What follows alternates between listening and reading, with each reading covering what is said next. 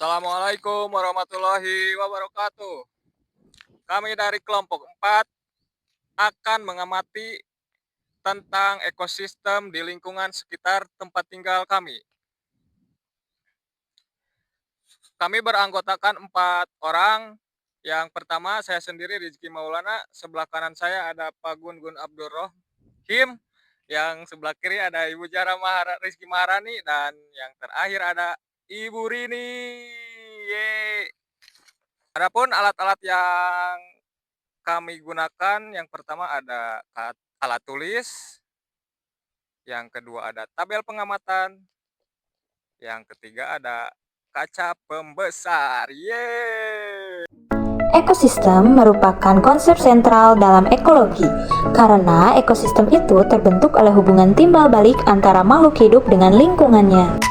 Ekosistem juga mempunyai ukuran yang beraneka ragam besarnya, tergantung kepada tingkat organismenya. Ditinjau dari bentuknya, terdapat 2 jenis ekosistem, yaitu ekosistem alami dan ekosistem buatan. Ekosistem juga mempunyai ukuran yang beraneka ragam besarnya loh, bergantung kepada tingkat organismenya. Ditinjau dari bentuknya, terdapat 2 jenis ekosistem, yaitu ekosistem alami dan ekosistem buatan. Ekosistem darat atau terestrial adalah semua organisme hidup dan lingkungan fisiknya pada sebidang tanah tertentu. Ekosistem darat merupakan komunitas organisme berbasis darat dan komponen biotik dengan abiotik di area tertentu. Contoh ekosistem darat termasuk hutan gugur beriklim sedang, hutan hujan tropis, padang rumput, gurun, tundra, dan taigas.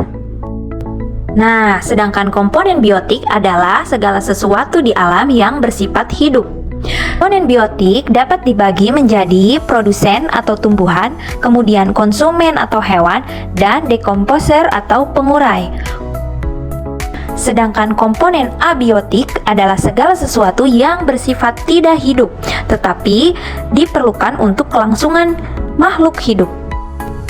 Komponen abiotik meliputi faktor-faktor iklim seperti suhu, udara, tekanan, kelembaban, angin, curah hujan, dan faktor-faktor tanah seperti jenis tanah, struktur dan tekstur tanah, derajat keasaman atau pH, kemudian kandungan mineral dan air, serta dalamnya permukaan air atau tanah.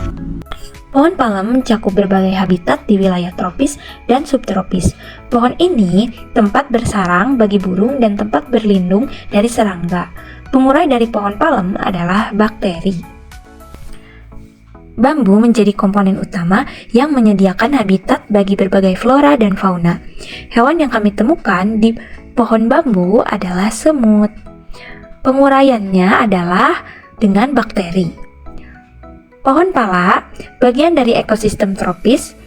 Hewan yang sering hinggap adalah katak, dan penguraiannya menggunakan cacing tanah.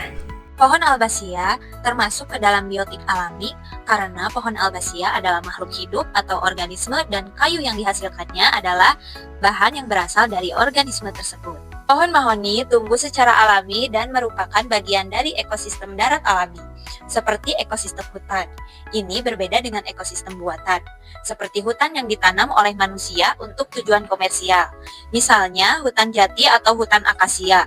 Meskipun mahoni juga sering ditanam untuk tujuan tersebut. Biotik alami hewan adalah seluruh komponen makhluk hidup dalam suatu ekosistem yang meliputi hewan itu sendiri. Contohnya cacing, kupu-kupu, katak, burung, dan kelelawar. Biotik buatan adalah komponen biotik atau organisme hidup yang ada di dalam ekosistem buatan yang sengaja dirancang dan dikelola oleh manusia, baik itu hewan maupun tumbuhan.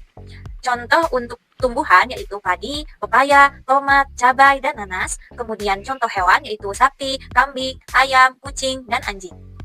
Sekian video dari kelompok kami. Terima kasih. Wassalamualaikum warahmatullahi wabarakatuh.